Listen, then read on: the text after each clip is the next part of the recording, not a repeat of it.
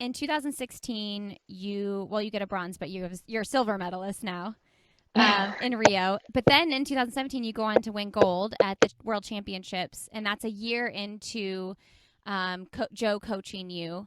So, do you think like your mentality with training, with racing, do you think anything changed in that 1 year?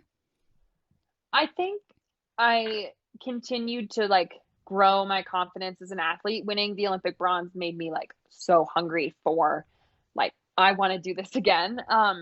And also at the time there was, you know, at London 2017, a lot of American distance runners were winning medals. Jenny Simpson, Amy Hastings, and I remember watching those performances and being like, if they can do this, I can do this, and this is what I want. And so the training definitely like I spent more time training in Crested Butte at 9,000 feet, and I had different race tactics, and I like I touched on earlier, did a lot more kind of strength training um, and longer workouts, and so I definitely physically felt like I was really fit. But I came into London 2017 ranked sixth in the world. Like it just wasn't even close.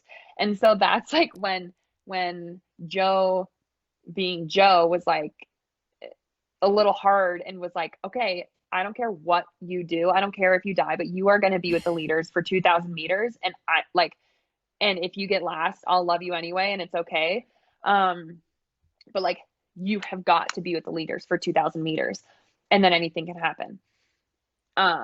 And so I think him being obviously my coach, but then my husband and the person I trust the most in the world, him being that like aggressive with what the plan had to be, um, made it so that I could be successful and that it felt like I felt like crap. It felt so fast. It felt so hard through 2000 meters. And I was like, I cannot believe I have to do this. It felt terrible. Um, but then I got to 2000 meters and, you know, you just start believing in yourself and you start counting down the laps and all of a sudden you have two water jumps to go and you know, I started feeling more and more energized and feeling better and girls started dropping off and dropping off.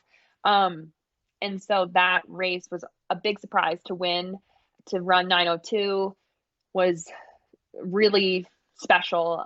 But him kind of forcing me to meet that challenge was big. And then in 2019, he kind of during 2019 season forced me to do the same thing in a couple races where he said, "You're going out and with the leader, and I don't care what happens to you. Like you can die." And in one race, I did. I went out with the leader because he told me to, and he said, "If you die, that's okay." And I totally had a terrible race. It was Zurich. I went out in 2:53 for the first K when I usually go out in like 3 minutes. Mm. Um, and but then by practicing that and putting my body through that experience, I was more prepared for Doha World Championships and the uh, that race. And so his him challenging me and both race tactics, but then also in practice, challenging me to do things I'd never done before.